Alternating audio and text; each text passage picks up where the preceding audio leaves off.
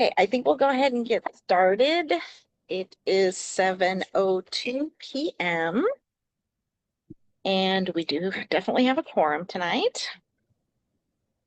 And welcome everybody. Do we want to do quick introductions because some of us are really new, or you guys all know each other? Yeah, we really don't. Let's do quick introduction. Okay, because some of us, I don't know if we've ever met in person. Okay. Well, I'm Bettina. Sonia? And what Yes. areas are you representing? Oh, Yes. well, I represent Redwood Village, but I'm the chair, obviously, so we're kind of gonna leave that in John's hands. Sonia Lane, co-president of the Rolando Park Community. And I'm Laura Revo, and I'm with El Cerrito Community. Kathy Martinez, member at large, and I actually live in Rolando. Michelle Reiner, and I represent Oak Park. Emily Perez with Rolando Village. John Hogan with Redwood Village.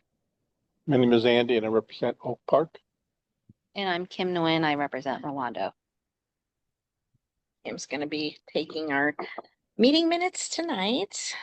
And wanted to thank Emily for doing such a great job on last meeting's minutes, not last month, last meeting's minutes. Okay. So adoption of agenda or agenda changes. I have one, the April for the review, correction, and approval of minutes. The April minutes will need to postpone till next month, Laura. Yeah, I think I sent them to you, and I looked, and all I have are all my draft notes. I couldn't find where I had put them all in. So I will get them to you. And Okay. I can do that tomorrow.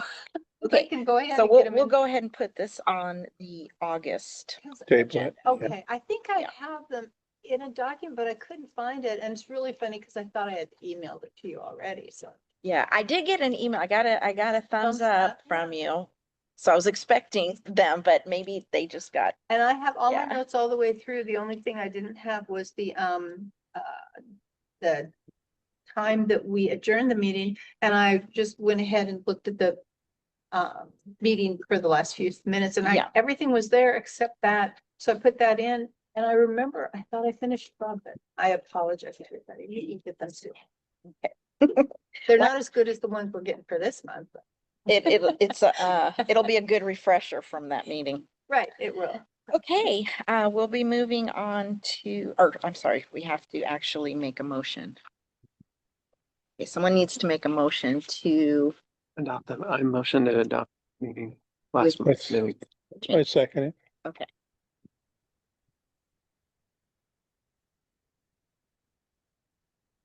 Okay, I guess you're waiting for me. Okay, Sonia. Yes, yeah. Okay, John, Yeah. Andy. Yes. Yes. Kathy. Emily. Yes. Has Jen joined? Kim, Yes. Laura. Yeah. Michelle. Yeah. Okay.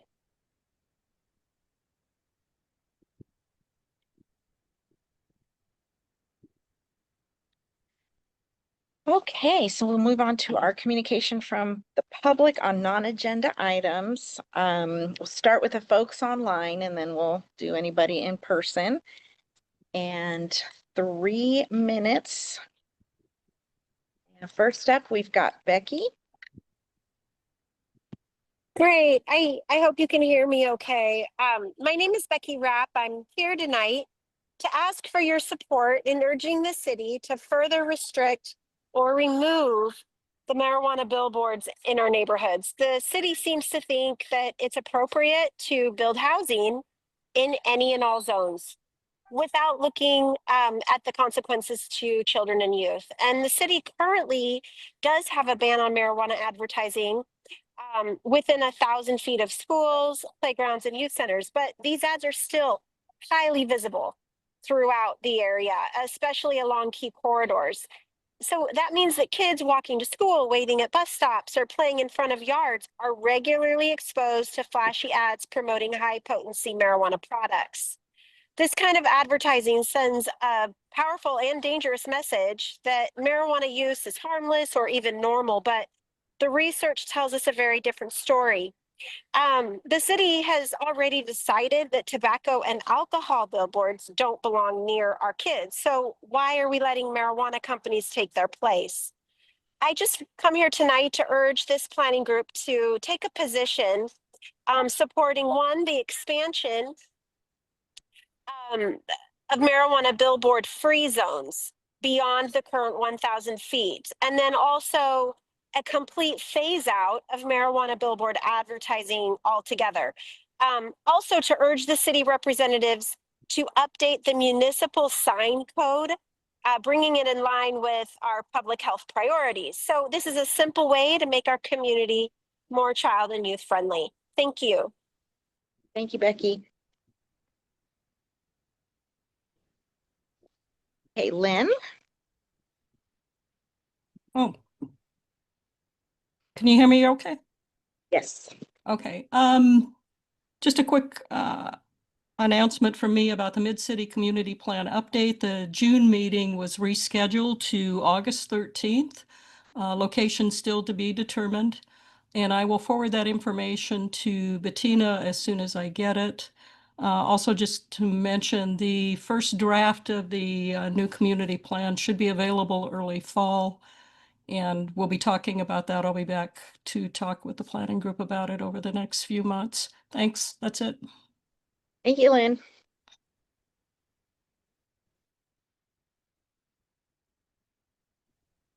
Kathleen? Hi there, good evening. My name is Kathleen Lippett. I know a number of you attended the July 1st City Council meeting because a lot of you were, as many people across the city were interested in the ADU issue that was on the agenda, and which Councilmember Joe LaCava removed at the, well, he said we, he never said I, but he said we removed it because we wanted it to be successful. We know that it would take 5 votes for it to pass. And we know that 2 of the council members who are here today did not vote for it. Therefore, we're pulling it to maximize its success. I may be being naive, but I think that the vote should have been taken and they should have taken their chances on it failing. That seemed to be the most fair thing to do, but they didn't seem to have a problem telling all the people that were there that they might as well not have attended. It also seems to telegraph that, well, you can come down here and you can say all the things you want to against an item that's on the agenda, but if we've made up our mind, we don't really have any intention of listening to you. I think if people were told that specifically, they probably wouldn't bother, but it also is really demoralizing to the public. He said that there was only a remote possibility that it would pass that day. They also was a developer who was quoted that same day, "We have a unique opportunity to acquire properties with development potential now before the homeowner awareness takes place and prices jump." Although there was criticism by the council member against a developer who had such a cynical take on this, I think that it shouldn't have been a member of the public who found that developer quote. It should have been the council. Somebody at their staff in DSD should have been aware that they had kind of a bad actor who was planning on, who has probably gotten a lot of permits. And the other thing is the mixed use zoning. So what mixed use zoning will do is allow multi-unit housing where their families are going to be located to also have no sensitive use setbacks, because now they could put a smoke shop on the first floor, a marijuana dispensary, a liquor store, and it really is a violation of the zoning sensitivity setbacks that the public wanted. And that is quite troubling. So in Scripps Rant, Thank you, Kathleen. I'm sorry, the 3 You're minutes is up. Thank you so Okay, much. that's Really all right. appreciate it. Thank you for listening. I appreciate it. Okay. Yes, thank you. Okay, does anyone present have any? Yes, Ozzy. Hello, everyone. Ozzy Meneses. I'll be presenting a little bit later on another topic, but actually with that topic, we also came. Ozzy Meneses from Groundwork San Diego. We came a couple months ago to provide a couple surveys. So one of them I'll be talking about later. The other one I want to mention is the Berardini Field Survey. So we've had 175 people that filled out that survey.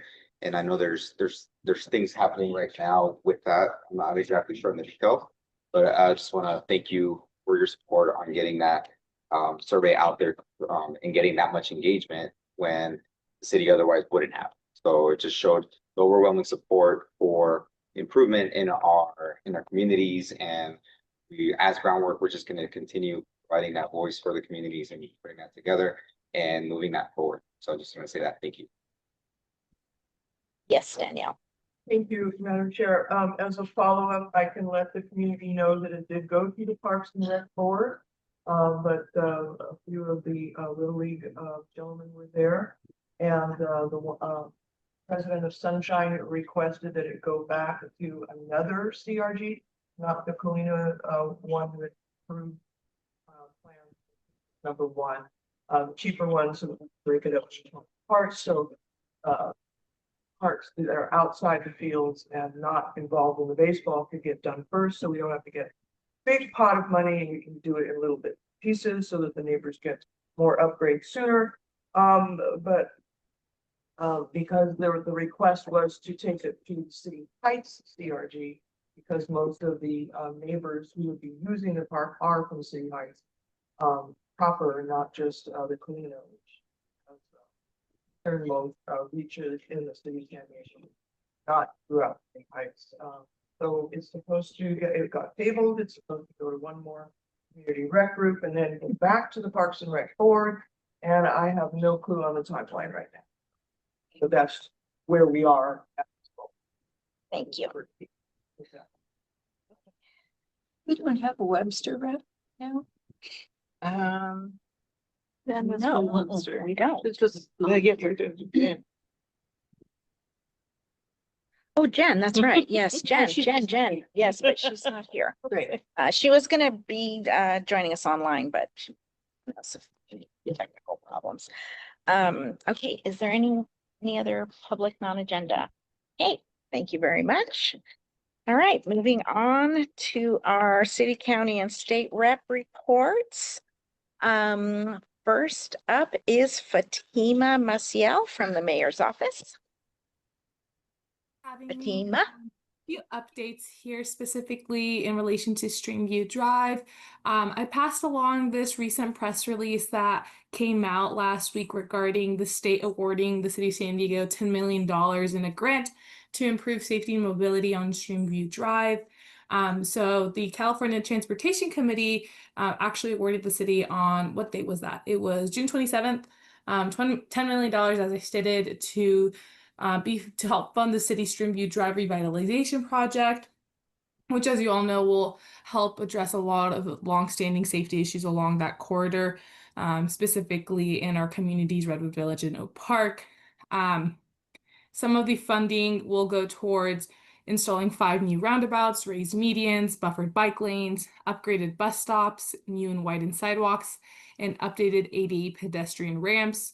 Right now, the transportation and engineering capital projects estimates the project to be completed in 2028. Obviously, I'll have more details on all of that as it continues along the process. But that was some good news that I want to share with you all. Additionally, talking about Streamview Drive, if you haven't been aware already, Bettina and Lynn have been working with my office and Council District's 9 office very closely in regards to illegal dumping on Streamview Drive. I know within the last year before I started my position as community rep, your former community rep, Lucetta, was able to help get 18 new illegal dumping signs along that corridor. Some of the items that ESD and our city attorney have been working on is in terms of enforcement. I know a lot of residents have reached out to me asking why can't I just submit license plates or pictures of people who are dropping off items? Why can't the city attorney prosecute on that, right? So we had a conversation with city attorney's office. They said that a outreach and education portion had to be part of that prosecution effort. So in order to ensure that we can actually enforce on these folks and use photos and images of license plates that y'all get or addresses that are still on items that people leave, we do have to do an education outreach portion. So in order to do that, what I've been doing and working with Lynn and Bettina and our Panda office, which is our performance analytics office, was putting together a survey and then also combining that with a canvassing effort.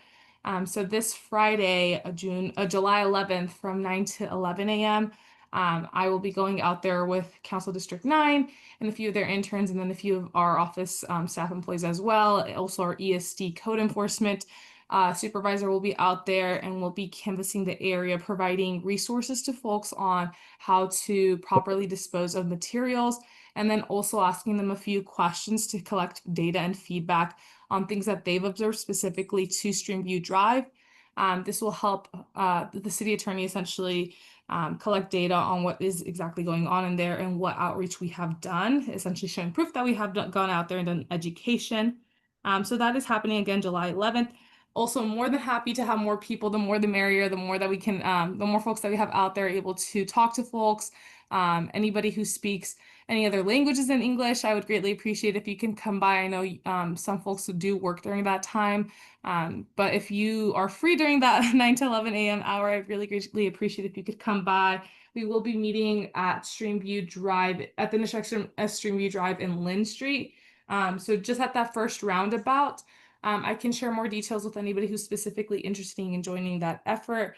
And I hope that we could have more in the future as we continue. This is going to be our first one, so it's kind of like our first like blueprint prototype. So please bear with me as I try to make this one successful. And then lastly, I did want to give an update on the taco truck vendor that Lynn did bring and flag to me a few weeks ago. I believe the taco truck is off of College Avenue. I'm not sure what the other street is, but I'm sure you're all familiar with it as it is in Rolando Park.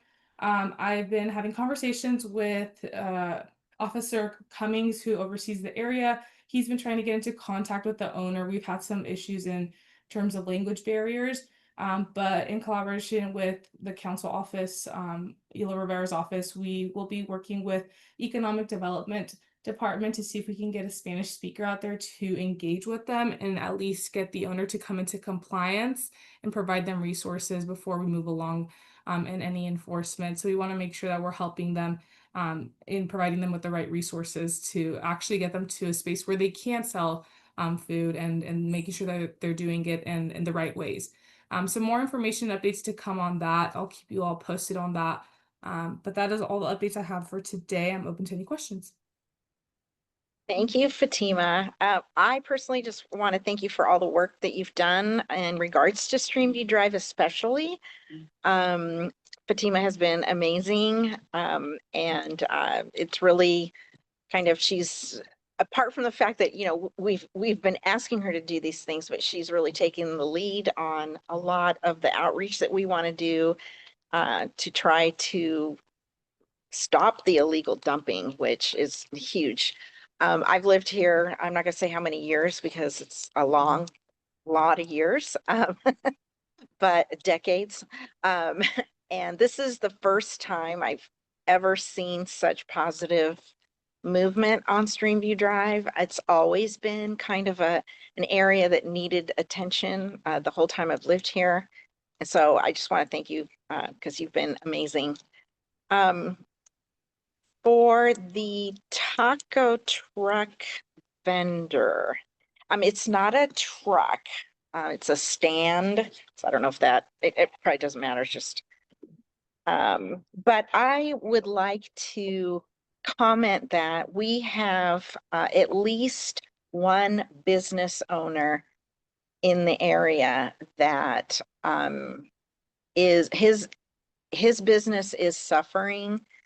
This is a gentleman who, started his own business near where the 7-Eleven is, and started from scratch, got all the permits, did everything legally, and he is telling us that his business has been suffering since the taco stand went up. So it's important to us, apart from the fact that the taco stand is illegal, but it's important that we protect our residents. So really appreciate anything that can be done for that. So I'd like to ask, this taco stand has been there for months, right? And we knew that they had the Spanish speaking. I'm curious as to the delay in, because now I think we've been to that point, where at this point it's time for like enforcement. So I'm not understanding, the phase of not enforcing, Fatima. Right. So, Officer Cummings was tracking this taco stand, sorry, not taco truck, for a few months now. I came into the loop only a few weeks ago on this case specifically when Lynn approached me about it, and she said that she hadn't seen any action on it. So following up on that, Officer Cummings did share that in their initial location, I'm not sure where they were initially located, he had a conversation, told them that they needed to get the right permitting, and they couldn't be in that area. A few weeks after that interaction, they did move. And I believe this is the location that from my understanding, this is the new location that they're at off of College Avenue. So given that Officer Cummings tried to reapproach them again, couldn't get into contact with the owners, it's just been a long kind of chasing down the owners to have that conversation. We're at a point where we think we need to pull in economic development to see if we can offer them a final opportunity to at least get into contact with the owner and provide them the opportunity to come into compliance. I do understand the concerns that the community has. I'm trying my best here really to make sure we're contacting the correct people rather than simply going through just the worker who happens to be there, right? Because they don't know much about what's actually going on or the permits in any of that situation. So I really am trying to expedite this work, and I'm sorry for the delay as I just got looped in onto this matter a few weeks ago. And I've really been trying to figure out a way where we can make sure that we're engaging with both the community and the owner as well, so everyone can have some form of positive impact on that, and maybe hopefully get them to a location where they can legally do so. Right? I don't want to have any negative impacts on anyone who's also just trying to do their business on both ends, right? The business who's being impacted and the business who's also trying to make their own livelihood. So I will keep you all updated. Obviously, understanding at a point if they do not want to comply, there will be enforcement taken on that end. But do want to see if we can at least get EDD involved on this matter and help them out. Again, I will keep you guys all updated on that. I appreciate that. I just hope that it can be expedited, because like I said, it's getting more and more busy on that corner. It's become a regular opening thing, before it was every once in a while, and it's just become every single night they come out. So I will make sure to, I will make sure to express that to EDD, that there is an urgency from the community to get someone out there as soon as possible. So I'll make sure that is expressed in my email to them, and that we can hopefully get someone, I'm thinking at least within the next week or two. Thank you. Laura? Bettina, I thought just in general, there was a push to get the street vendors off the streets more, particularly when they are affecting brick and mortar stores so much. Because the brick and mortar stores do have all that overhead, and they, like Bettina said, they've gone through all the permitting and the health inspections and all these different things. And then these pop-ups just appear, and it doesn't seem like just sitting on a corner with your tables and your food is equivalent to the outlay and hardship that the brick and mortar stores do. And I thought that it had been talked about quite a bit at City Hall, and there was more of a tendency to protect the brick and mortar stores now. And less, and try to limit these food trucks or food stands that are just popping up like this. Is that not true? I just thought that that was something that was sort of in the works. Yeah, so originally, I'm not sure when it came into place, but the sidewalk vending ordinance is a thing, right? It's supposed to essentially set a criteria of standards for sidewalk vendors of where they can essentially sell their items, what permits they need to have, what licenses they need to have at the county level, health requirements that they need to follow, and then also time and place. The sidewalk vending ordinance, though, it really does prioritize beach parks and our ballpark district, just because the way that this came about was actually a lot of the complaints that we were receiving from our beaches on the coastline being just flooded with these vendors. And then also, if you've been to the ballpark district where you have the hot dog vendors that kind of just run around getting in everyone's way, that this sidewalk vending ordinance was meant to address those larger concerns, obviously noting the fact that there still are other vending concerns throughout the city. It is a case by case, and I did talk to our policy team member about the specific case and seeing what we can do. So again, that sidewalk vending ordinance is very particular to those areas, and if you want to read it, I could go ahead and share it with you as well. I know it's a little bit complex, but it does outline those 3 areas as priority areas. Hence why you may see enforcement more heavier on there, especially with our park rangers at our parks and beaches. And then outside of those areas, it looks a little bit different in terms of SDPD doing that enforcement. Again, more than happy to chat offline. I don't want to take up everyone's time on this specific issue, but I definitely will share these concerns and make sure that we can expedite EDD being out there and having a conversation with them as soon as possible. Rubio's is like right across the street, and I'm sure that they've been impacted severely. And they've been there a long time, and they're one of the stores that survived some cutbacks by the chain. But this kind of pop-up competition has got to be damaging their business. I understand, and I do appreciate you all sharing the concerns. This is all something that I've expressed to our team, and like I said, I will try my best to make sure that this process is expedited and we can get someone out there as soon as possible. We have one more question. Hi, my name is Beverly, and I'm a longtime resident on Springview Drive. And Fatima, I want to thank you for all the effort and support and keeping your eye on the ball to move the project work on Springview Drive. We appreciate it. And also, Fatima, I want to thank you for your support and keeping us updated as well. But I do have a question. You said the end date is 2028. When is this supposed to begin? I don't have that information off the bat of my hand. I can try looking it up and putting it in the chat right now. It is on online our CIP project finder. So I'll throw it in the chat. So Bettina, if you can share it once I get that answer for you, that will hopefully provide some clarity. And then as it progresses, I'll make sure to keep Bettina posted on more accurate timeline, because right now, things change as we move along that process. But once we start to actually get into the real construction of it, the timeline may look a little bit different.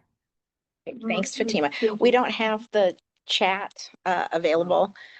So maybe, I don't know if you can email it to me if I'll email it to you someday. right now. Yeah. Yeah.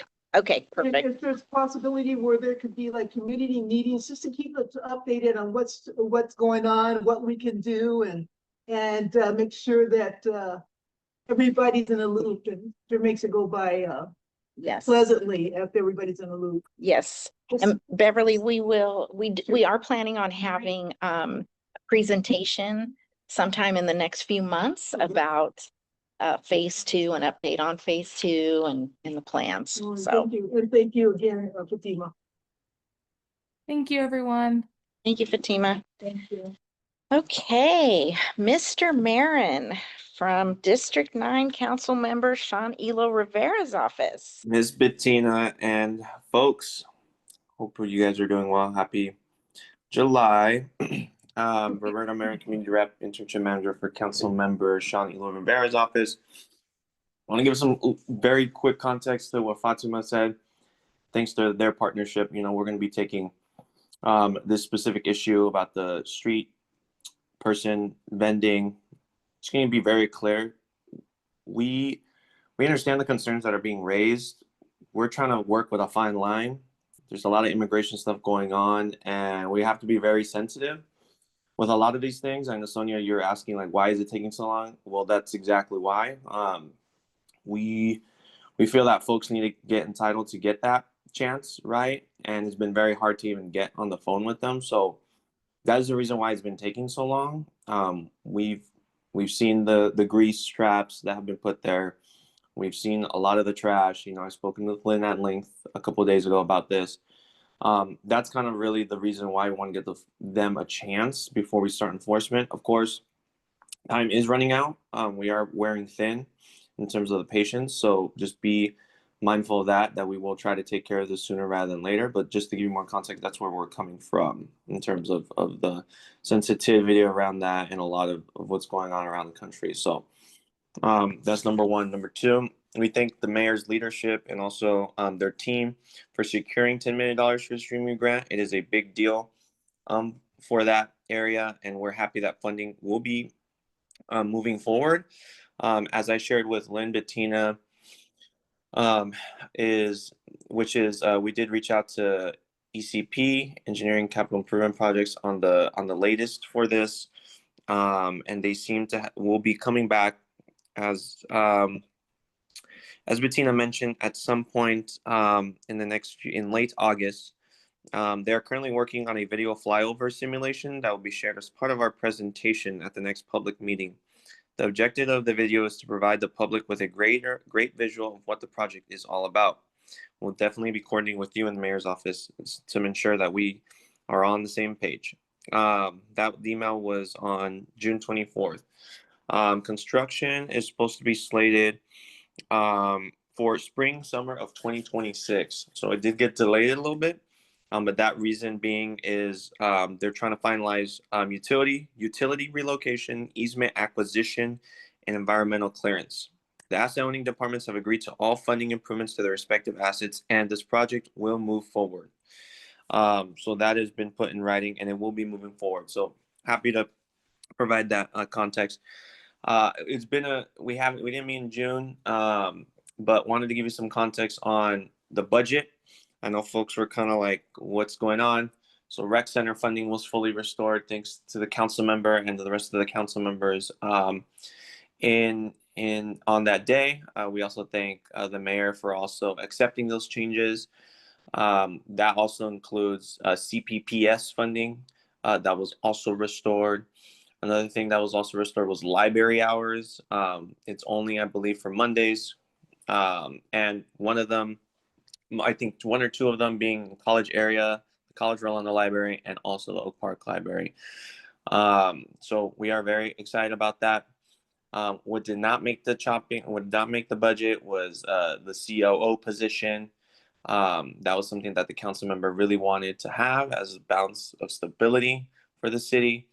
And something that was kind of cut a little bit was definitely the stormwater element. Something that did not make it either was the fire prevention, the brush management. So those were a couple of the highlights that we have from the budget. And one last update, Choice Parkway looking a lot better. Been getting a lot of positive feedback on that. So we're definitely going to keep re-engaging that, making sure that area looks clean. We're still committed to having clean and safe neighborhoods. So I'll be happy to take any questions. Yes. Thank you, Roberto. I wanted to also just mention Choice Parkway. I know you've put a lot into that and it does look amazing. It's incredible to drive by there and not see it all just full of trucks and campers. And I actually saw two people just taking a lovely afternoon stroll along the creek side. And it really caught my attention because I haven't seen that happen ever. So thanks for everything you've done on that and everything else. Any questions? John? Yeah, actually, I'm going to follow up on what you said. Pardon me. Did you see people walking into the creek or just along the road? Along the creek. Okay. No, they I- were just taking a walk. Okay, because I still, Roberto, I've seen several times. I think the gate is still open to go down there, which I don't know if that's what is intended, but the gate that goes down into the creek is open. Understood. So- Stormwater, the stormwater channel side. Yes. Got it. Okay. Yeah, and I mean, like I said, I don't know. I drive by there kind of a lot, middle of the day though. And so I've just seen a few times people going in there with what looks like backpacks.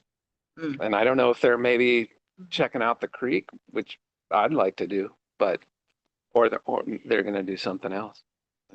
Understood. So thank you. But yeah, thanks a lot for it does look a lot better. Yeah. It does. Any other questions for Roberto? Nope. Okay, thank you, Roberto. You're welcome. Hey, I'm sorry. He said you're welcome. Oh, okay.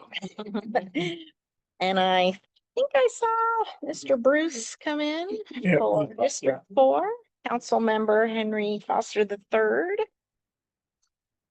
Greetings all, Bruce Williams representing Councilmember Henry III, Polk City Council District. Always good to be with you. A couple of items I wanted to share with you tonight.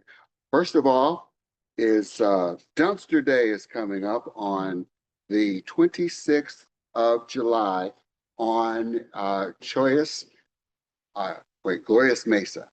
Okay, the parking lot at Glorious Mesa. So we want you to bring what you can, tell a friend, tell a neighbor, and line up between 9 and 11. We're working to get volunteers. If you'd like to volunteer for that event, give me a call, 619-236-6644 and ask for Bruce. And we'd love to have you there. We will have all the regular stuff, but no tires this time. Okay? No tires this time, but please join us on July the 26th and at 9 a.m. And any questions on that one? Yes. Is it only gonna be one dumpster? Oh, no. Oh, good. We'd ask for at least 7. Well, At least 7. yeah. You need them. They'll fill them. Yes. And, let's see what else we have here. For those of you that are part of who have signed up for CPPS funding, the council member and the rest of the council put that back on the budget. The mayor had cut it out, but these funds will be available. And if you're interested, on July the 14th, that Monday, is that the 14th?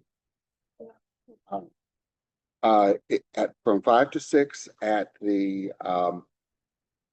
at which library? The Malcolm X Library, 5 to 6.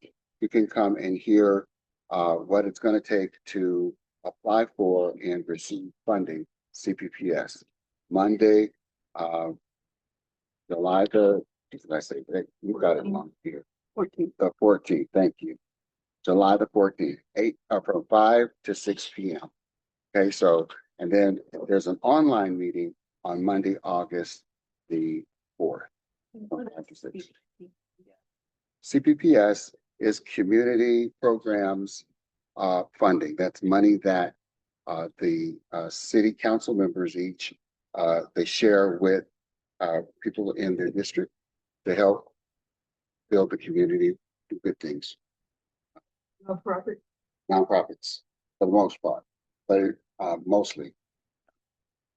So we encourage you to come down, learn about it at on July 14th, 6 to 7 p.m. Okay, guys. Bruce, the one on August 4th you mentioned, that's the online. Is it the same meeting, but just Yes. an online version? The online version. And what time would that one start? Okay, online meeting number 2 is Monday, August the 4th, 5 p.m. to 6 p.m. Okay, great. Thank It will you. be Zoom. And then the in-person meeting will be at the Valencia Park Malcolm X Library, the multi-purpose room, Monday, July 14th, from 6 to 7. Thank you. A couple of other things, if you know, folks that have kids that are going to school, there is going to be a backpack giveaway at the family resource and a family resource fair. And this is going to be at the KIP Adelante Repertory Academy, 426 Euclid Avenue on Saturday, the 12th from 10 to 1. So if you know some youngsters that can use some backpacks for school and school supplies, I encourage you to go over to the Jacob Center, the KIP at Adelante Preparatory School, 426 Euclid, 10 a.m. to 1 p.m. What day again? That's going to be Saturday, this coming Saturday, July the 12th. And then also the Southeastern Division is having National Night Out on August the 5th. So this is good when folks want to come meet our police officers in our area. It's going to be at the Chris Wilson Park, 7226 Skyline Drive. And parking might be a little challenging, but we encourage folks to go. They always have a good time at these events. Again, that's August the 5th, 2025 from 4 to 7:30. Let's see. I think that's all I have. If there are any questions that anyone has. Yes. I just wanted to, I should send an email thanking Mr. Foster, but you can take thanks back to him for his ADU persistence and the bill that they finally came up with. It wasn't exactly what we wanted, but it was good compromise. So appreciate it. Thank you. I appreciate that. Any other Yeah. questions? Danielle? Danielle. Yes. Yes. Choice Operations Yard. Yes. How much longer are they gonna be parking along College Grove Drive? Well, the last I heard, it's probably going to be at least the end of the year, Okay, like November, December, but it's likely to go further than. that's over a year of work because they started last. September. And it was months before they even started. So that treating the thing parked on.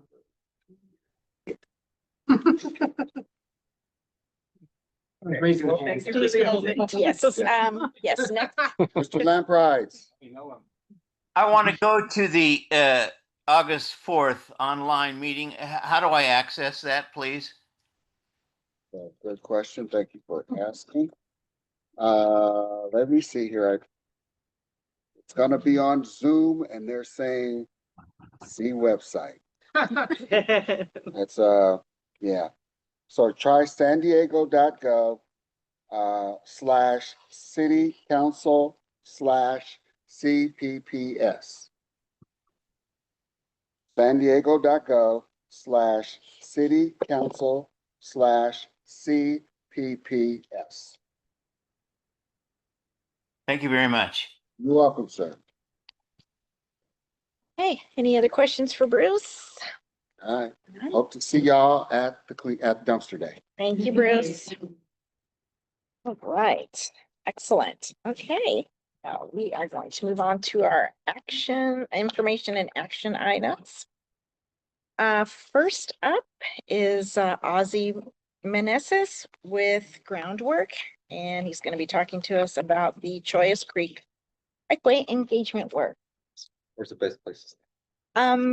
If you stand, yeah, I think you should stand over there so we can see you. And yeah. Yes, watch the wires there. Sorry about that. All right, everyone. Good evening. First of all, like I mentioned earlier, thank you for being here. And all of you are volunteering your time, so it's very valuable to represent the communities that you live in.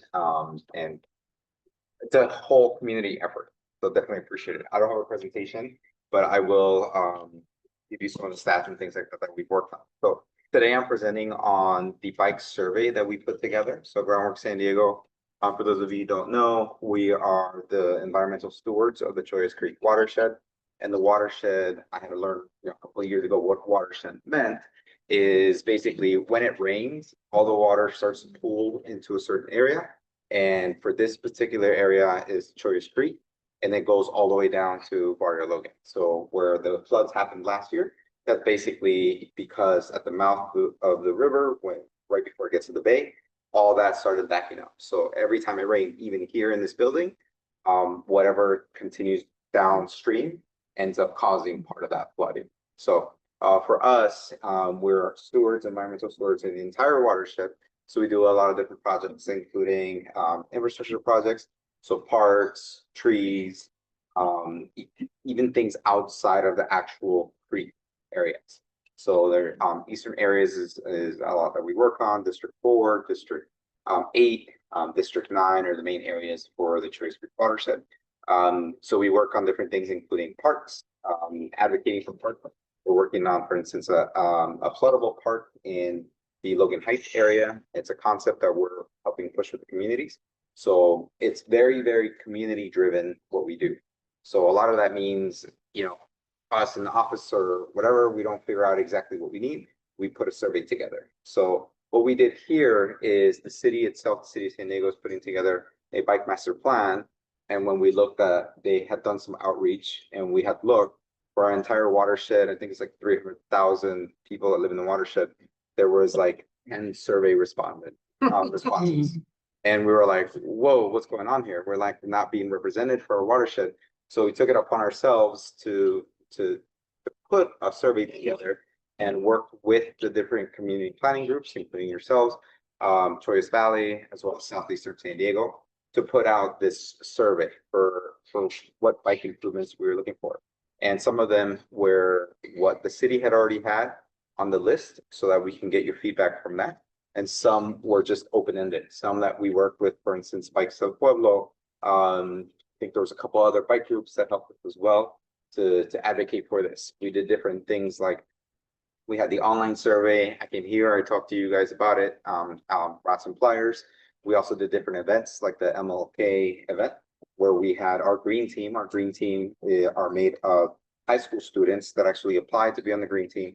They get educated on all different types of environmental justice aspects, including our Earth Lab, and then they help advocate for these projects as well. So the green team were the people that were at the booth at the MLK event with flyers, with posters and everything, getting people to fill out the survey.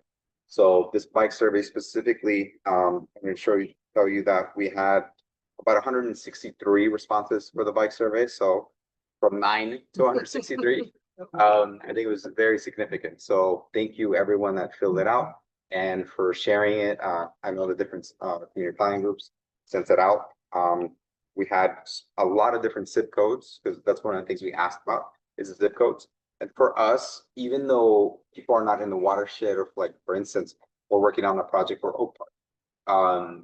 We don't just focus on Oak Park. We ask you, hey, do you live in this area?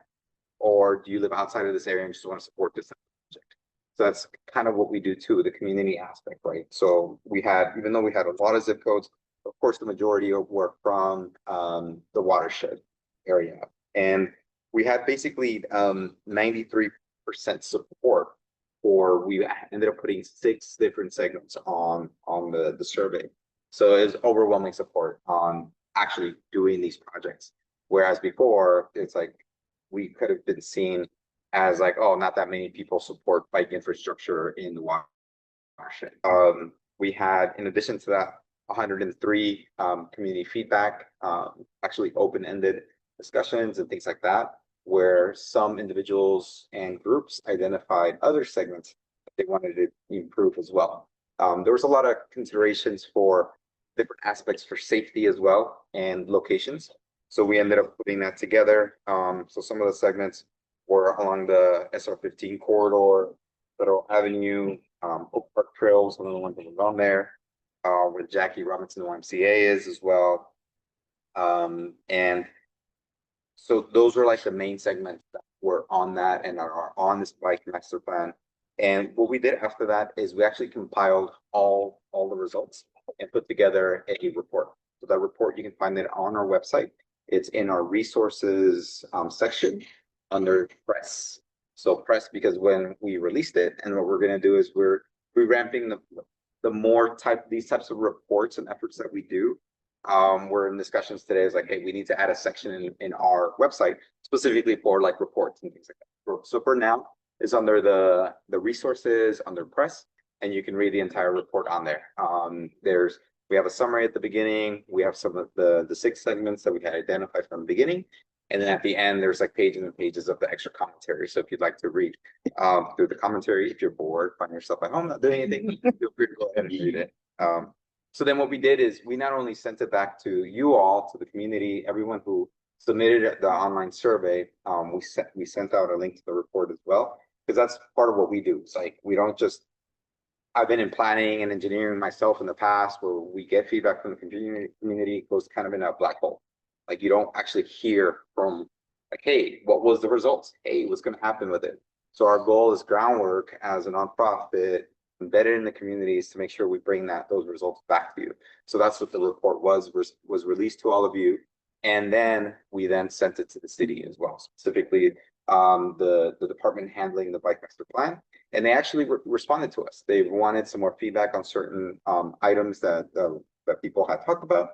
So we did. We provided a little bit more clarity. Let's say certain groups have suggested this, and so we provided a little bit more clarity. So for us, that's good. It's like we're engaging with them. Like the city already knew that we were doing this, we were taking this on, and they saw how much feedback we got. So they're definitely putting it into play. We were told it was also forwarded to the mid-city planning, the update, right? Master plan. A master plan. Yeah, the master plan.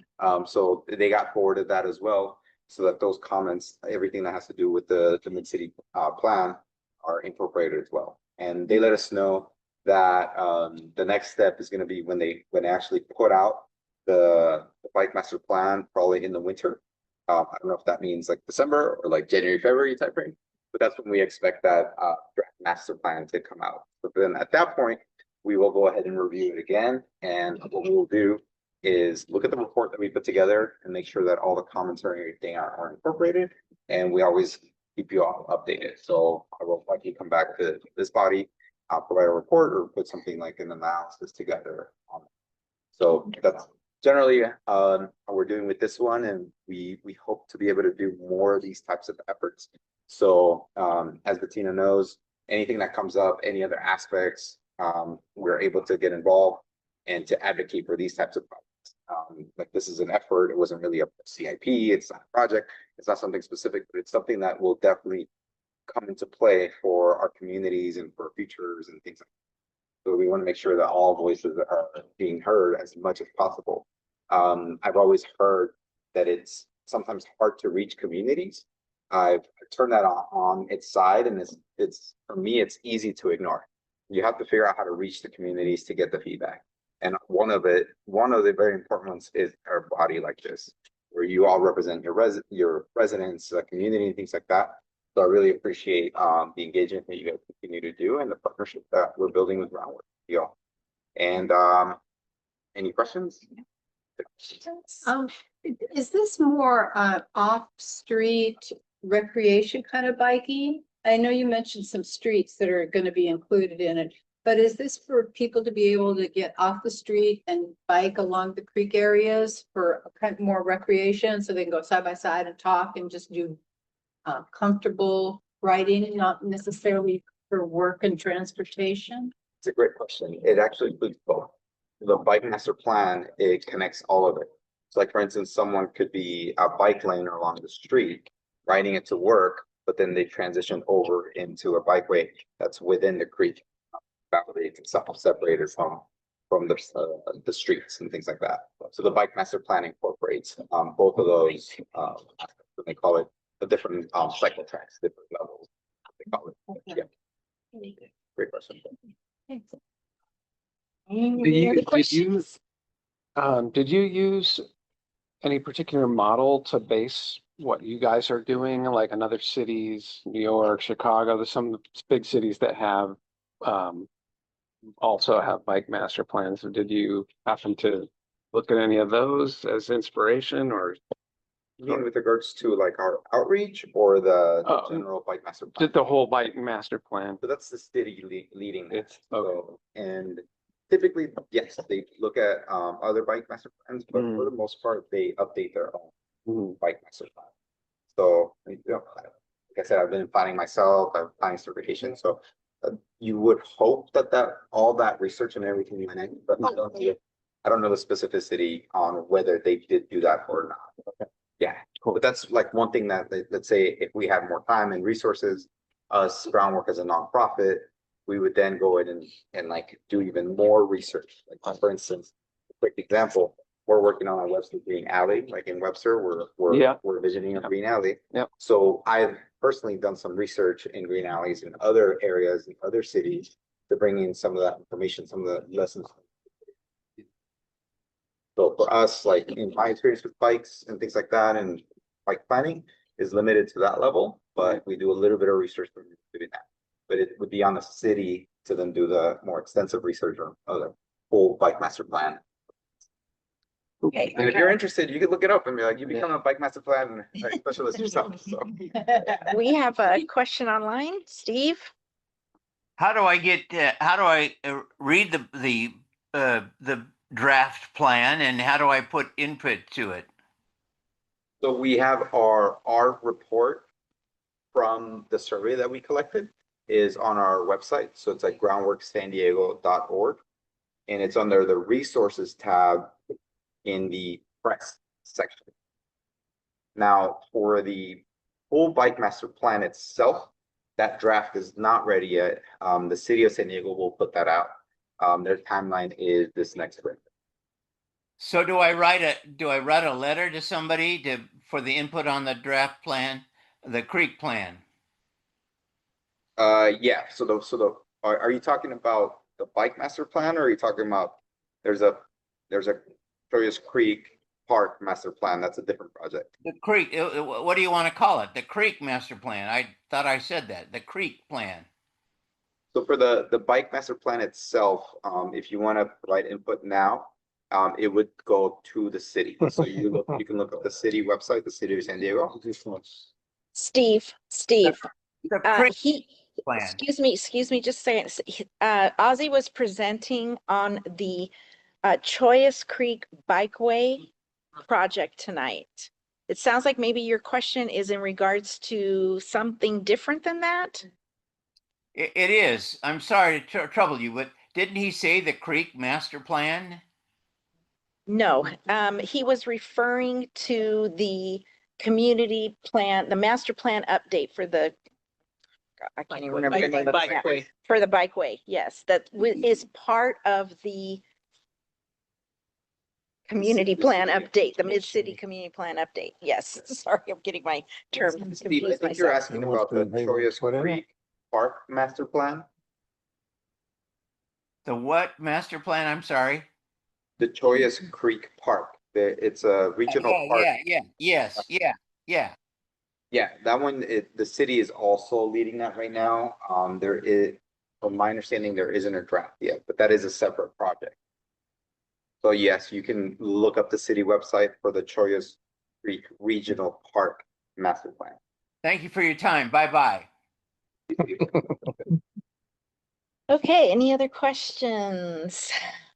No, thank you, No Ozzy. question, but do we have power for the laptop? It looks like. Oh, yeah, it's plugged in, but something must be off there. Thank you.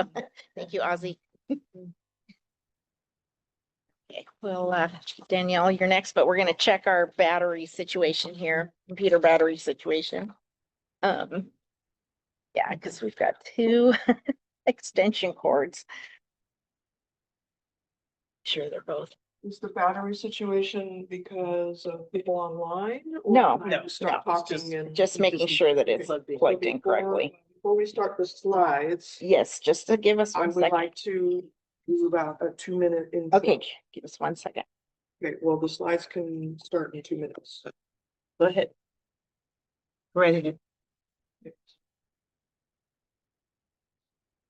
Yeah, it's not, no, it says it's charging. It's charging. It's charging now. Yeah, something was loose there.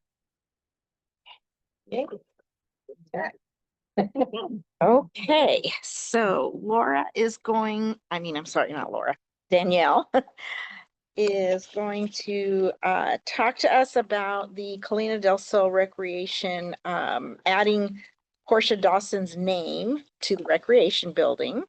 And then she will also, we will also be voting on whether to recommend or not recommend providing a letter of support to this naming update. Thank you. So, for those who don't know me, my name is Danielle Lehman.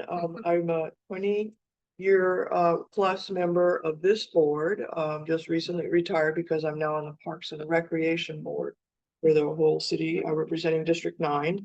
And I'm also a 25-year member of both Colina and the Choice CRGs, which are the community rec groups. So I would like to introduce you to Portia Dawson. I was able to find a few things on Facebook, which I printed out, which I will pass around so that you can look at it yourselves. But the lady that we would like to honor by adding her name in memory on the Colina del Sol's Rec Center building itself was a native of Ohio. She's a mother of 2 adult daughters. She began her days at Star Pal as a mentor for Mentoring Youth for Tomorrow program, during which time she was named Star Pal's Volunteer of the Year. She graduated from Ashford University with a bachelor's degree in social and criminal justice. She has a background in mental health services and was previously worked with the California Department of Corrections and Rehabilitation, the Juvenile Parole Office, at the San Diego Center for Children and community-based mental health treatment in Ohio. She came to Star Pal in 2011 and began a long-term leadership program called Making Changes program. It's based on community service and civic engagement. Portia has partnered with several community-based organizations in San Diego. This community engagement is shown through her dedication to promote a safe and healthy environment for our youth to succeed. She was also a representative for the National Police Athletic League. That's the PAL part of Star Pal. And currently in 2019 was sitting on the board of directors representing 9 states and 57 PAL. Her passion for youth and community will continue to be one of the most important things in her life. This was from March of 2019. It was on International Women's Day. She was receiving an award for that. So I will pass this around, and you can see she's here with our previous council member, Marty Emerald, and you can read her bio on the other side. Portia passed away on May 2020 during from COVID, and this I printed out from Gompers Preparatory Academy. The children were notified because a lot of the students in this whole area of District 4, District 9 would go to Star Pal and all of the events she had, and her nickname was Mama Portia. So the children really loved it. So now we can start this slideshow. Thank you for letting me give a little bio intro. The slides that we saw at the Colina Rec Center, we voted on this to add her name in 2022. So, please. Hopefully the people online, are you sharing this with people online? Yes. Thank you so much. Okay, so we have the history, the renaming, and the site. Okay, thank you.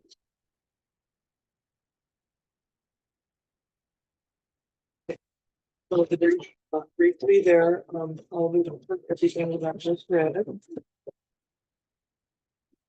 Smile next, please. You can see her here with our council member Marty Emerald from years past, all the kids. Quote from her.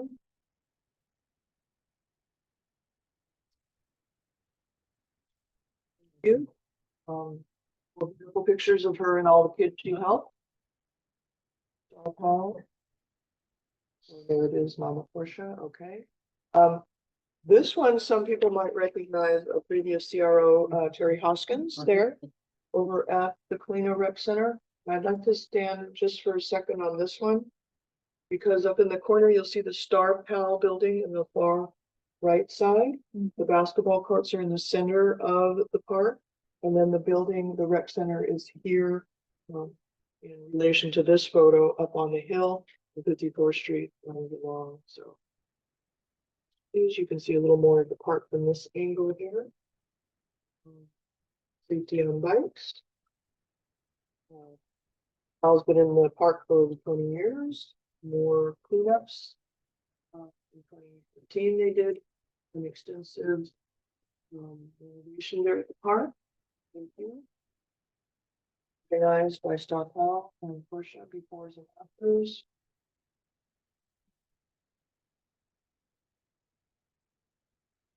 Working hard. Reggie was also involved with the night out.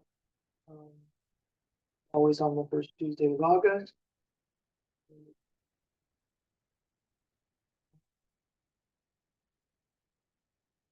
Few memories when she did ask from various people that were by her dedication. Children writing various letters of support. Will be coming to the city to go to the Parks and Rec board. Besides, hopefully yours. We just got a unanimous vote yesterday at the City Heights Planning Group.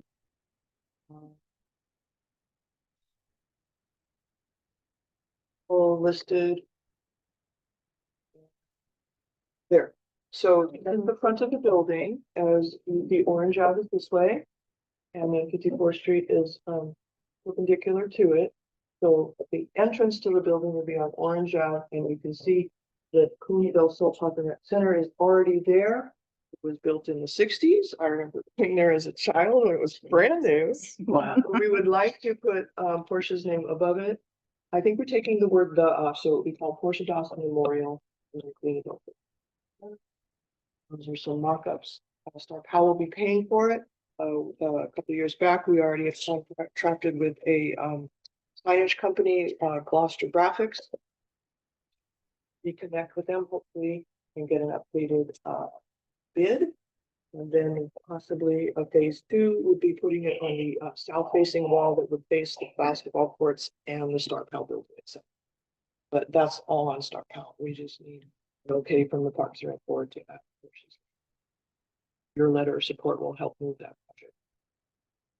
Okay, I think that's Shall we it. Do watch wanna the do video? Yes, Because I the would love video's, to watch the I video. think, nice. Yesterday we ran out of time and we didn't even have time for. a Yeah, few let's minutes. watch the video.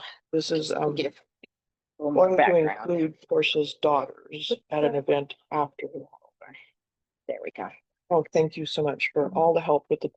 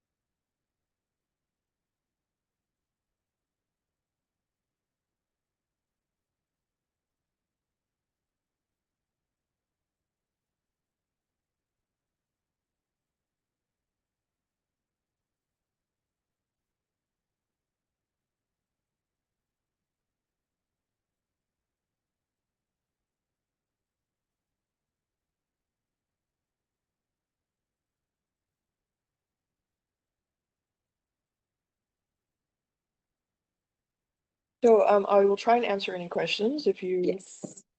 Anyone have any? Anybody have any questions? Yes, sir. You mentioned that it had already been renamed, so is this just? Because the CRG, the Community Rec Group there at Colina in 2022 approved it.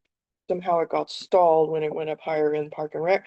And I was fortunate enough to meet up with the new director of Star Pal.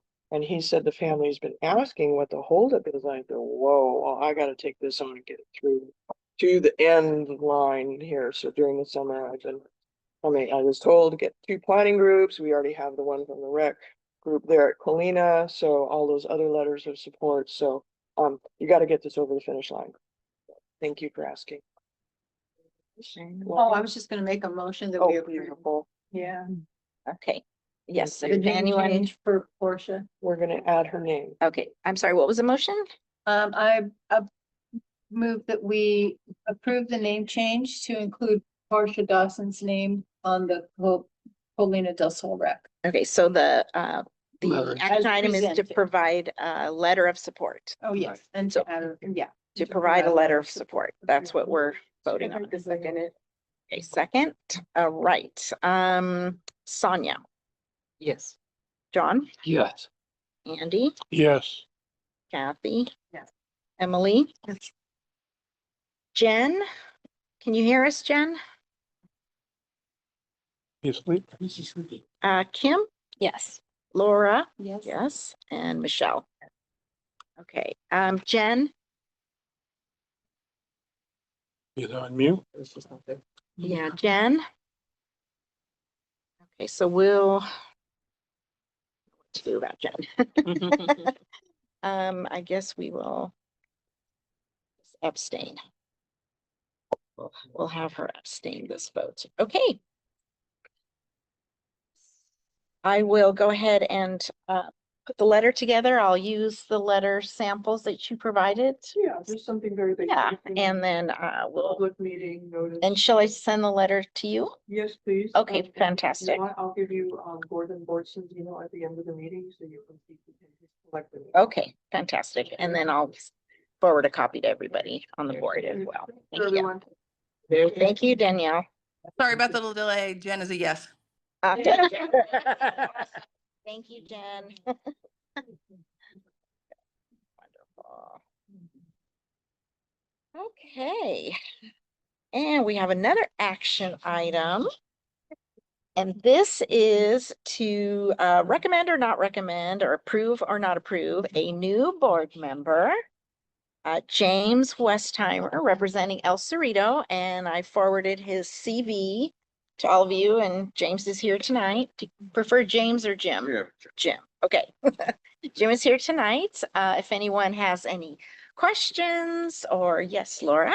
I just have a comment. I worked with Jim over all the years that he mentioned in his letter, and he's been a great supporter for the El Cerrito community, and he's been great on our board, and I would highly recommend him for this board.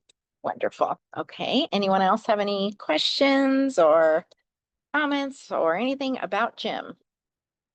All right. Would someone like to make a motion? I'll make To, the motion to approve Jim on the board. okay. Second, seconded by Sonia. All right, let's do the whole vote. Okay, Sonia? Yes. John? Yes. Andy? Yes. Kathy? Emily? Yes. Jen? Yes. Kim? Yes. Laura? Yes. And Michelle? Yes. Wonderful. Congratulations. You may now, yes, you may now come and join us. That's wonderful. Get to We're work. gonna just jump right in now. Before the action item. Yes. Yes, let's squeeze a chair in and get you settled in. All right. Okay, so just for the public's information, we're going to be having a quick information discussion item for the board. This is in regards to providing our individual communities capital improvement project priority ideas to the city. And I shared with you the list from last year. So hopefully you all had a chance to take a look at that, kind of see what that's about. If you didn't, I did print out each community's list from last year, which I'm happy to share. So what we need to do is we need to basically kind of look at what we did last year, okay? And then for each of your communities, give us your, or list out your individual community capital improvement project ideas, desires, you know, what you want to focus on. And then we will put the same type of document together with the updated ideas. Give it to the city, but this has to be done by August 15th. August 15th. Let me double check that date. I have August. Yeah, August 15th. So it's kind of a homework assignment for you. But I wanted to open it up for discussion since we have so many new members. If anyone has any questions, what am I talking about? Can I see this list that you're holding up, etc.? Okay. So what I'll do is I will, like I said, I printed out each community's list from last year. We made one big document with it. And you Didn't get it and emailed. Neither did I. You didn't, okay. Because I sent it when I believe I sent it when I sent Jim's CV. It's not. I wonder if the document was too big and it just didn't come through. Oh, that. Okay, well, good thing I brought a hard copy. Yeah. Okay. I'm gonna pass this way because I know you know what this is, Lori. I've done it a million times. Just for you guys to take a peek, maybe just grab one. Okay. You know, even if it's not your community, but just Sure, to get just an grab a idea page. of kind of what this is all about. And then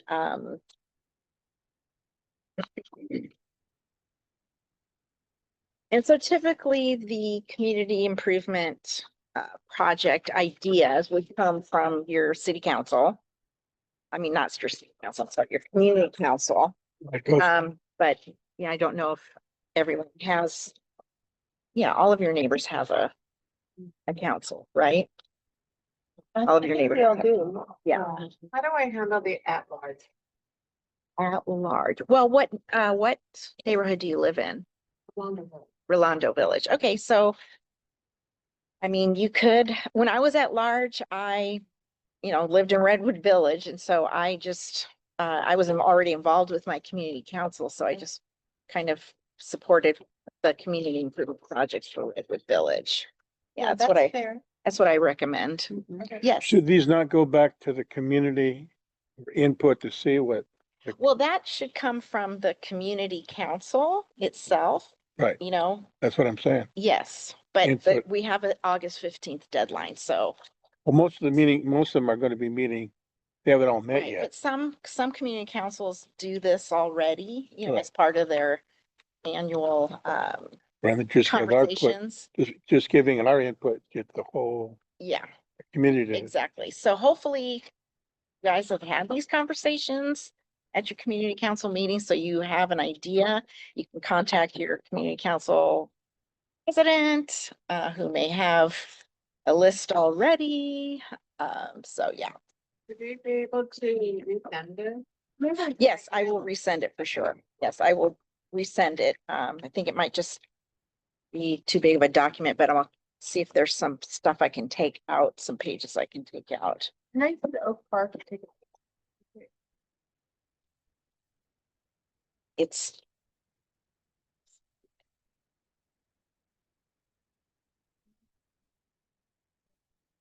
which day of Oak Park?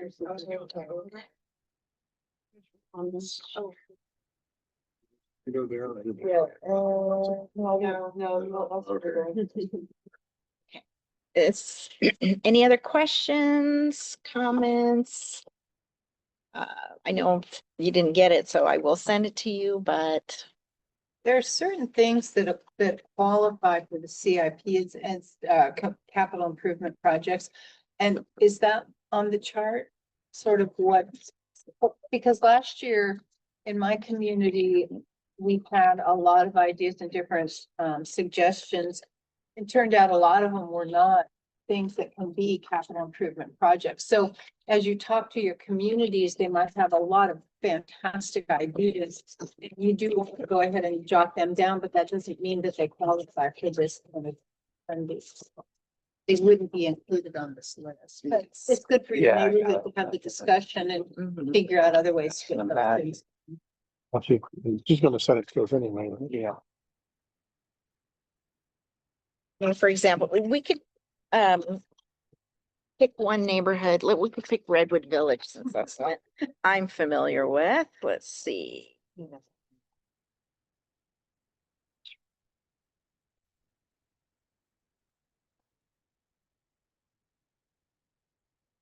we are. Okay. So for example, we had, you know, you can see the different project ideas. And so one of our desires was to repurpose a city-owned vacant lot at 60th and University and to make it a mini skate park.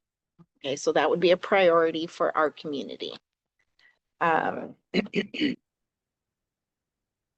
Another one was a sidewalk on Street between Glade and Kirch because we have no sidewalk. So it would be nice. And then, of course, you answer the question, where's your suggested project located? How will this project positively impact the community? So going back to the skate park, okay, so location is 60th and University. Everybody's probably familiar with that empty lot next to the dialysis. The dialysis, and then there's the car wash on the other side. So there's just that empty lot and it's full of weeds and sometimes we get encampments going and, you know, all kinds of stuff. And so wouldn't that be a cool little skate park? It's all about the city? Yeah, it's primarily city property. It is indeed city property. Yeah, yeah. And then, so then you would just describe, you know, how would it positively impact the community? So we have our description. Our community needs parks and places for people to be active for free. Redwood Village has no park in it at all. Having a place for people to be creative and active, have fun, express themselves, and integrate, etc. So there's a lot of kids who skateboard in the neighborhood, and you know, it would be great for them to have a place to go to do that rather than in the middle of the street and then, you know, something tragic happens. And then please select the category related to your project idea. And so this category would fall under parks and play areas. Yes, They should prioritize their CIP. right? of course. Yeah. Absolutely. Yes. So another letting you know. project idea. Okay, so the sidewalks and then another sidewalk on Dwight Street and then undergrounding utilities on Dwight Street and surrounding areas of Redwood Village. So those were our priorities for last year.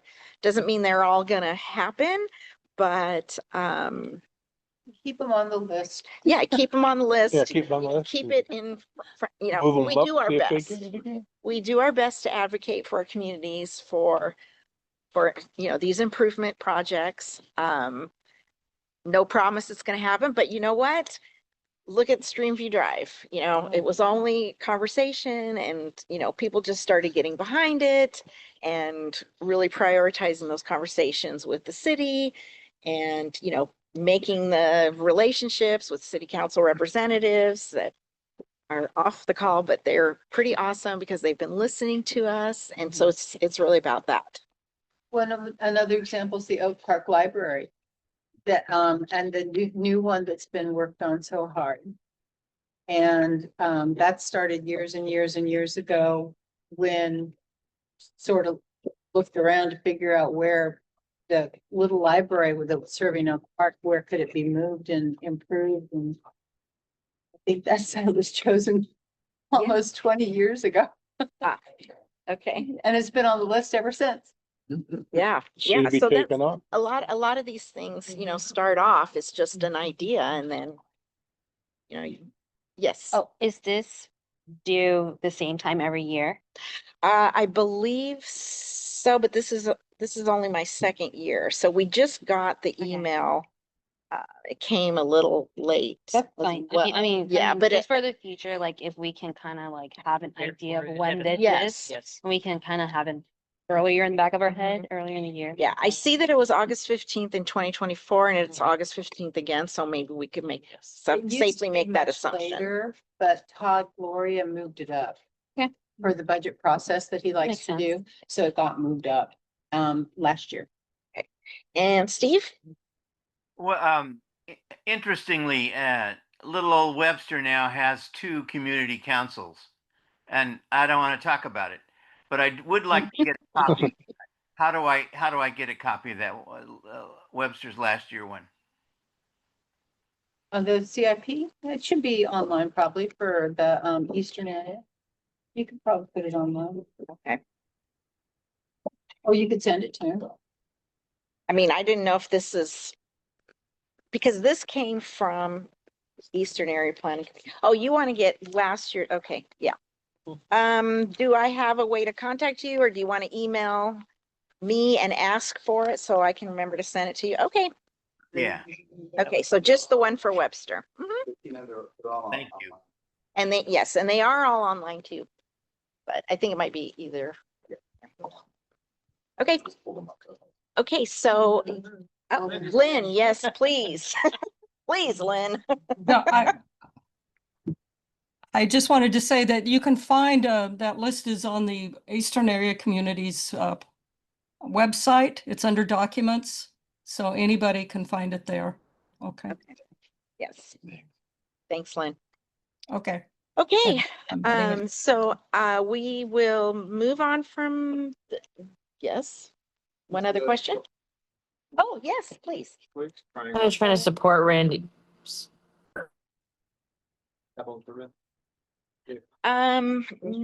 No, I don't think so because it was, but it's now.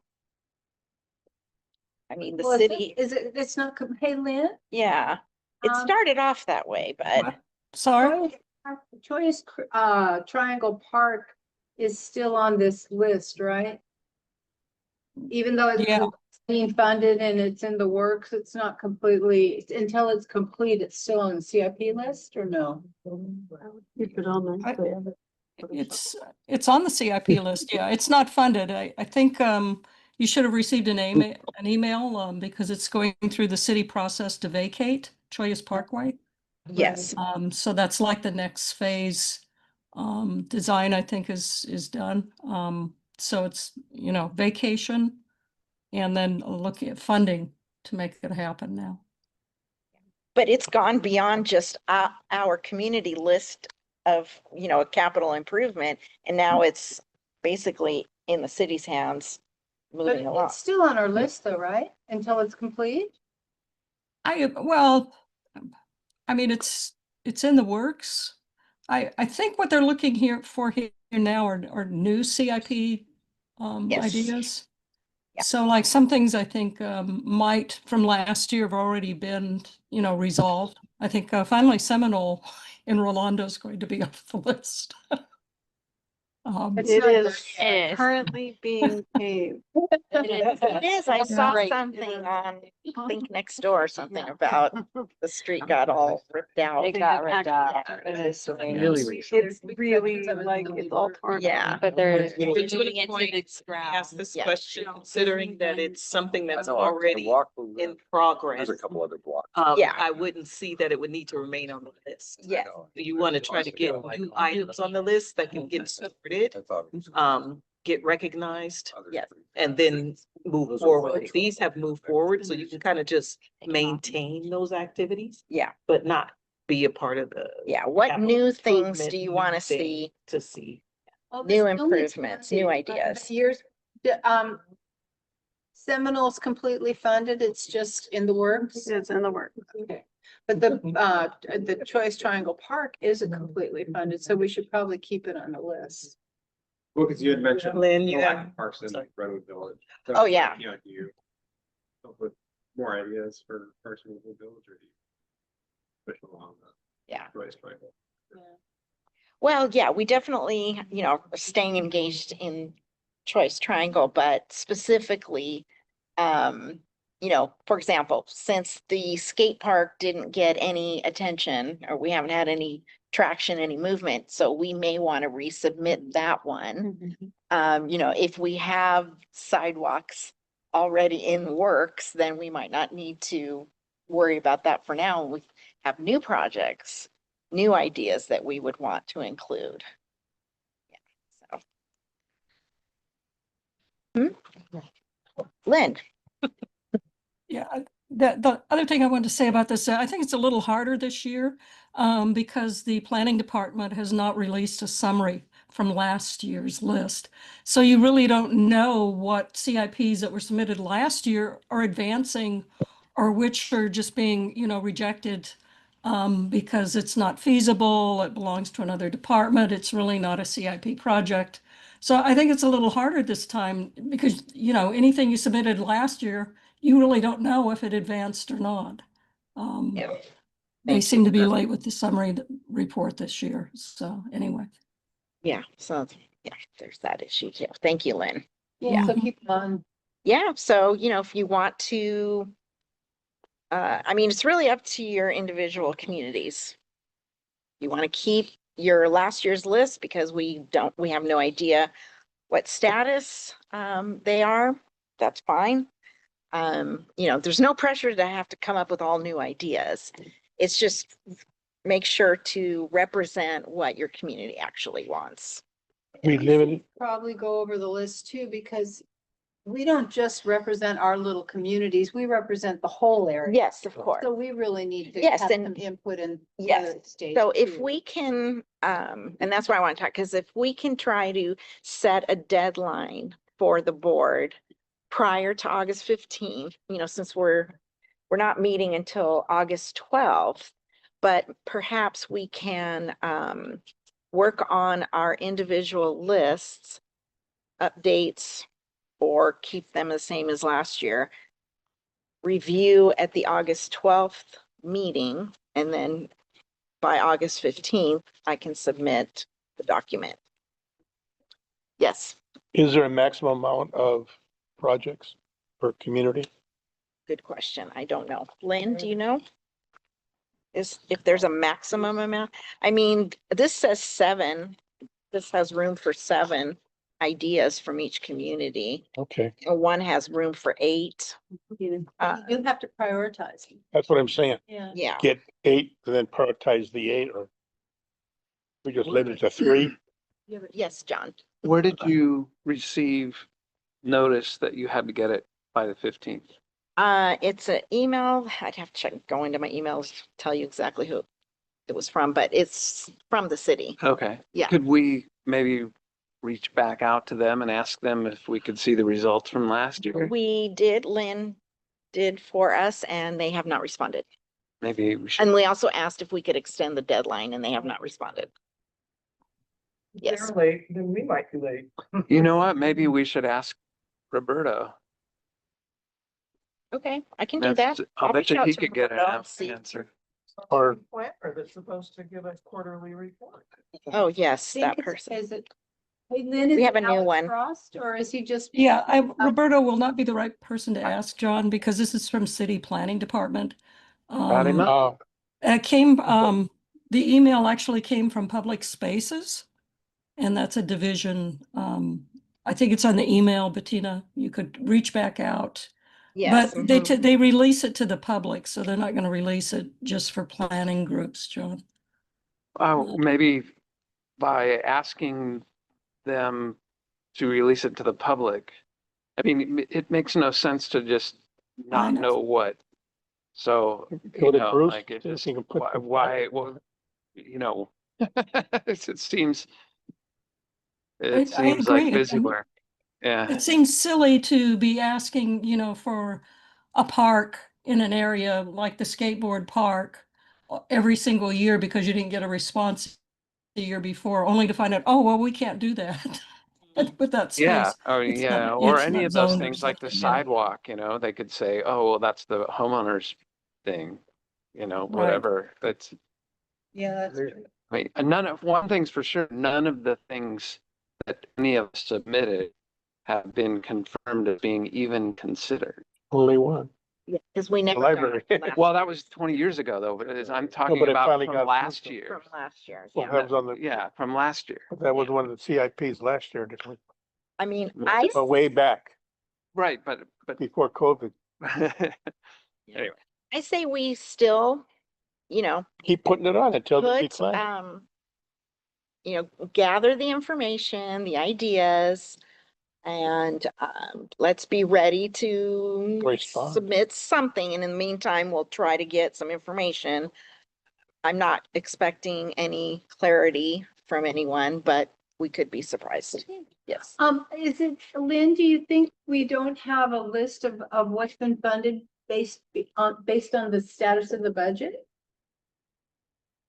No, I just think there's a little slow this year in getting it out, Laura.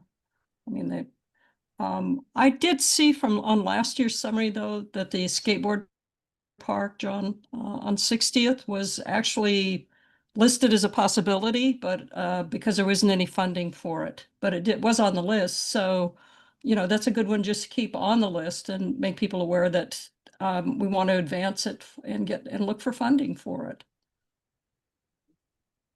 So. Because, an example, because the Oak Park Library took so long to get approved, if we assume, say, 15 years ago, or maybe 10 years ago, and took it off, it would never be a reality. So I'm saying just keep putting it on. And they think, well, he's been going on now for 4 or 5 years. They must think it's a priority and approve it. And a lot of times they agree with you, they just don't have money for it. Right. Yeah. Well, they may approve it and they get money later. But I mean, ultimately, our communities should be representative, our priorities should be represented. Once we submit to the city, we can't control what happens after that, but at least we're doing our part to tell them what it is that we want. And when we went to the Rolando Street Fair and we had the map and we had the different projects that were in the process of being funded, a lot of people were really excited about that. Even people who didn't live in that particular area, but they, were hearing about things that were being funded and new ideas to them, and they were excited about it. So I think as you talk to your community members, you will get some input, and that's what we're supposed to do, get community input and get it to the city and be the. Yeah, so I'll go ahead and, resend you the document. Try to see if we can get any kind of information from the city planning department, and we'll plan on having another conversation about this in August, at our August meeting.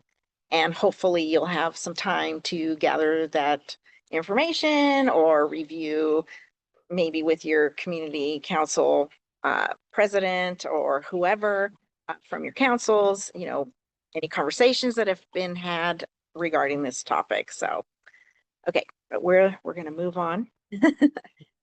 All right, so review, correction, and approval of minutes. Okay, so the April will be postponed till August.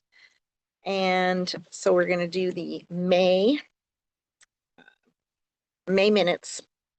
Did everyone read the May minutes? They were very extensive. They were extensive. They were excellent. I didn't even have to look at the video because they were really good. Does anyone have any corrections or modifications of any kind or anything like that? Okay, so would someone like to make a motion to approve the May meeting minutes? I'll make a motion to approve the June meeting minutes. May. Or May minutes, I'm sorry. Okay, so Andy made a motion, second? John. All right. Sonia, Yes. John, Yes. Andy, Yes. Kathy. Yeah. Emily, Yeah.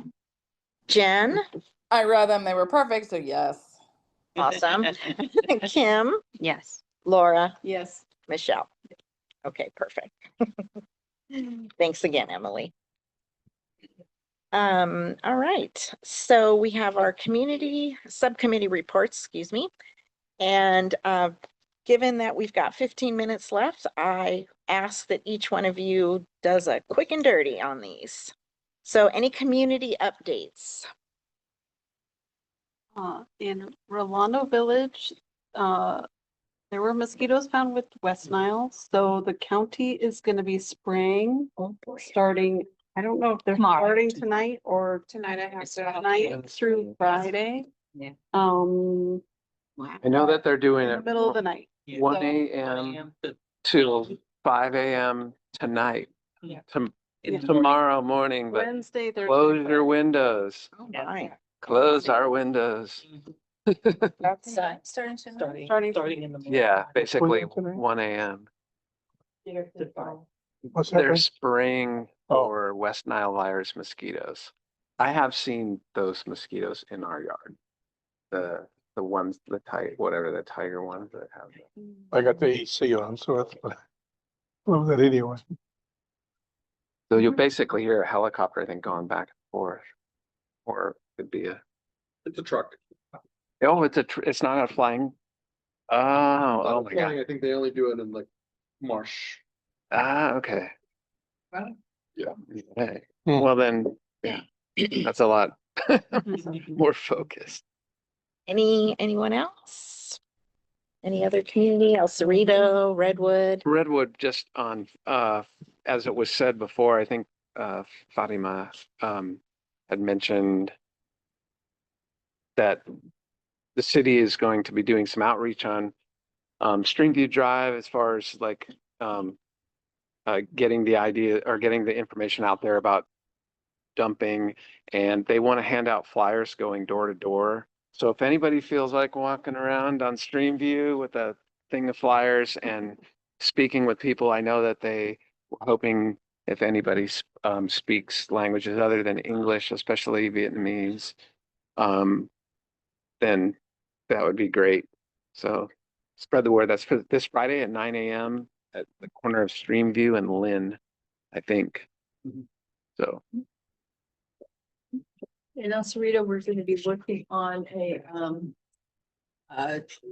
coordinated trash pickup on El Cajon Boulevard, and we're gonna work with PATH, the one big group who's got that gigantic, tall, 8-story building on El Cajon Boulevard in our neighborhood. And probably gonna try and get some kids from school. Well, I'm not, school's out right now. We'll see. But sometimes kids can get credit for it, participating in that as well. So we're gonna be doing that. Wonderful.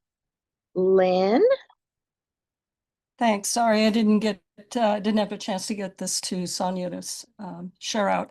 I did just send the flyer about the Streamview walk around on Friday to Bettina and asked her to email it out in case anyone's interested. We'll be meeting on the corner of Streamview and Lynn starting around 8:45. I know Fatima will be there, Roberto Marin, I believe Bruce Williams will be there, I think, and some community interns from the D9 office as well. They are also spraying for West Nile virus in Rolando Park. They are crossing University. They're doing it in Rolando Park, also Vista La Mesa. And last, there's some movie in the park events coming up. Rolando Park Community Council has our movie in the park at the Joint Use Park on August 9th. We're showing Wicked. Same night over at Choyas Lake, they are showing Wild Robot. And Emily knows, I believe there's a date. Rolando has one set up, right, this summer as well? Do you know? August 16th. August 16th. And I don't. Paddington, Peru. Paddington And and this Peru. Friday, Colina del Sol is having Sonic the Hedgehog #3. Okay. Friday. Yeah, we'll send out some flyers on those when we have them. If you can share them out, that would be great. Thanks. We're sending out a community notice, so I can copy you guys. Okay, great. Any other community updates? Danielle, would you like Yes, to? thank you. Okay, Perfect segue, because I was gonna ask Lynn when all the community movies in the park are, because I don't remember those dates. But I do want to let you all know that we had a wonderful Juneteenth event over at Gloria's Mesa in the middle of June. Right after that, on a Saturday, there was a fishing derby hosted by Star Pal. Thank you for all of the. and this is people at who showed up. Choice Lake. Yeah, at Choice Lake. I was able to get there at the tail end and see them all packing up. And haha, Yeah, the tail. Didn't even realize. sorry. that one. And then the last event that is now ongoing at the lake on Mondays is a scaled down version of their week-long camp, but they're only having it on Mondays. The children are between 9 and 12 years old. There's one young person that's helping as a CIT counselor training, and a few of the staff. So I was able to go visit them yesterday, later in the afternoon, and so camp is back, but in a very scaled down version. Over at Colina, we will be having a meeting this month on third Wednesday, 6:30, and the action item anticipated is whether we support expansion of the Pro Kids Golf footprint up closer the hill towards Orange Ave. Parks and Rec Board, like I said earlier in the meeting, we tabled the Sunshine Berardini's GDP so it can hopefully go to City Heights Community Rec Group, and any other parks. I don't have any updates. I know Clay has its money supposed to start, Bertha O. Pendleton Park, should have its money to get its upgrades. Choice Triangle should have its money to get moving along. I know Street Vacation is the first part of that. I don't think the Park and Rec department has to pay for that. I think Streets, hopefully has to come up with that money to vacate the street. So, if you have any questions, I think that pretty much covers it for the rest of the summer. Good. Okay. Thank you, Danielle. Okay, Laura, I put you down for April, May, and June because For CPC? but yes, but you can, just give us one update. I think I'll just do one on the last month. Yeah. We had a presentation by MTS regarding the buses and MTS service in the city and county areas, and they are low on money. The city is losing some funding that all the kids, all the youth who ride for free, that funding's going to by the wayside. And there are some other issues regarding buses and certain lines that they're trying to keep open and service. They haven't had a fee increase since 2016, so that's almost 10 years. So that's somewhat being considered. They really want to try and get a tax increase that it should go only to the MTS for vote in 2028 and or I'm sorry, 26. And they're working on getting fewer of the electric buses because they cost so much more than the natural gas buses. And they have a long timeline before they need to fill before they want to have all electric buses. So they're probably going to be buying more natural gas buses because of the cost savings. They're trying to come up with ideas for money. They want to hear from people about the service. Their numbers are, you look at how many rides that they have on their information, and it's a very high number. And somebody told me it's because if you ride the bus, say from this area to UTC, when you ride anything, the bus or the trolley, when you ride the bus, you're counted as one trip. When you ride the trolley, you're counted as another trip. When you transfer and catch the other trolley, you're another trip. So your trip to UTC might end up really being, it's just you doing one trip, but it's 3 trips according to their numbers. So they need to, it would be nice to get some realistic ideas And then when you come back, you know, you got 3 more coming back. Anyway, but it was a very interesting, I will send you the link and you could send it out or put it on the website. And it should be online as well. It's called MTS on Track. It was very good. We also talked about the bonus ADU, and the council vote results, and we're looking forward to the final reading of that and final vote for that ADU bonus. We also, and California has a new regulation called SB 79. It is proposed by Scott Wiener, who is the representative for San Francisco. And San Francisco is only like 7 miles by 7 miles. The entire city is 46 square miles.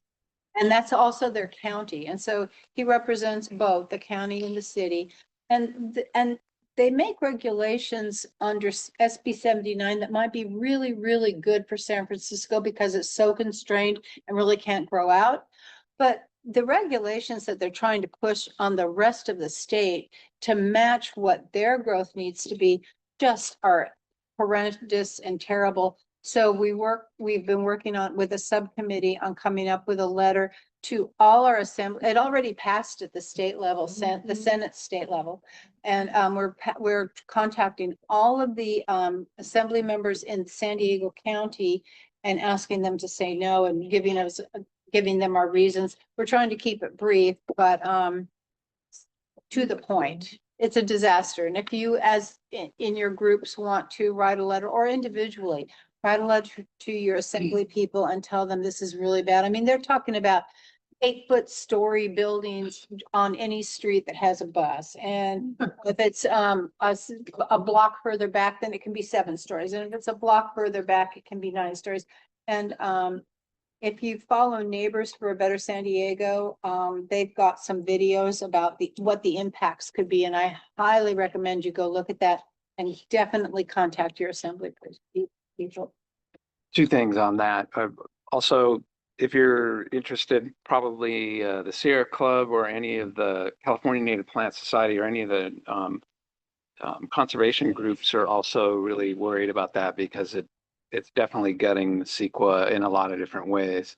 And I did write both of our assembly members, and I was really disappointed that I didn't receive a response, even like a generic. Received, yeah. Didn't even, not like just a, hey, thanks for writing, you know, we'll take it into consideration. And I was actually going to say something to the reps who are going to be here tonight, but they're not here either. So, yeah, so good luck. But also we've come to realize that we need to start paying attention to everything going on at the state level, because when we see city regulations that we're having problems with, so many times they say, well, we really can't do anything Yep. about that. That was decided at the state. Yeah. And so we really, as groups, need to start looking at what's going on at the state level. So just a heads up on that. Well, regarding the trolley or the buses, in the past, the studies have shown that if gas goes up, more people rides the trolley. And with the cost of parking downtown, that's going to have ridership increase as well. And that would be good. They're trying to figure out how to backfill the kids not getting, and not, the funding for the kids disappearing. Because the schools won't pay for it, so. They used to, I think. You mentioned looking at the different bus options. Are they looking at hybrid options as well, or is it purely? Oh, they might be, yeah. 'Cause that seems to be kind of the best.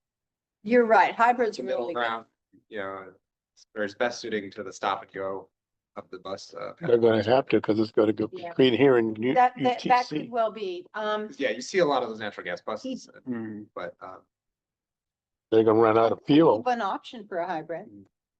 I had another question. I just Actually, Neil has a question. You're sneaking in. go for it. Keep in mind that we're going to be adjourning in 2 minutes. 4 minutes or 9 o'clock? Thing about the bus depot, whatever it's called, over in Webster that's going to be happening with That's my the question. electric tea? Think So alike. did they mention, is it coming soon? He didn't mention, and that's a question that I had too, and I didn't ask, but, because there were so many other questions to ask on at the presentation, but it is a good. Is there an email from MTS that you could forward this? Yeah, I will do that and follow up. Could you give us an update on what's going on with the Webster bus terminal? Yeah, the yard electric bus that's thing, going yeah. Over there. I will. That'd be awesome. Okay, okay, one more question, last question from John and. No, that was, yeah. Oh, that was the his- question, yeah. That was the last question. Yeah, because that was a big project. Fantastic. There's no money, right. then it makes me go. I want to thank everyone for your participation and your information sharing and for being here tonight. And Tim for taking minutes. Thank you so much. And the meeting is adjourned. And Let's do a motion. 58. do I have to do a motion to adjourn? Oh, Yeah. gosh, motion to adjourn. I'm on the motion. Second, all in favor? This is Okay. proposed. Then the meeting is adjourned at I don't, we're not supposed to take them. 8:59 p.m. It's not, you have to make the motion, but you don't vote on it. Sorry, I forgot about the motion. Yeah, I'll I just- think it's just the motion. I make the motion. Well, who's supposed to get the mosquitoes? I think it's along, the video. the Yes, I'm creek. gonna send, so give me a couple days, because My couple days to get that, so I will send you the link to the video. So you can re-listen to it. Oh, yeah. Yeah. Oh, so it's not gonna be citywide. That actually like goes out and goes into like the wetland areas, right? Okay, so the minute template, I'm gonna go ahead and do all the attendance. Going along spring gutters and. What about Joyous Lake? Isn't that one we did? All the names, everything. Well, I think You got a different. There were bid or came up with symptoms or whatever, they were traced to. Thank you. Yeah. Because it's a lake, that causes mosquitoes. Right, but they found that West Nile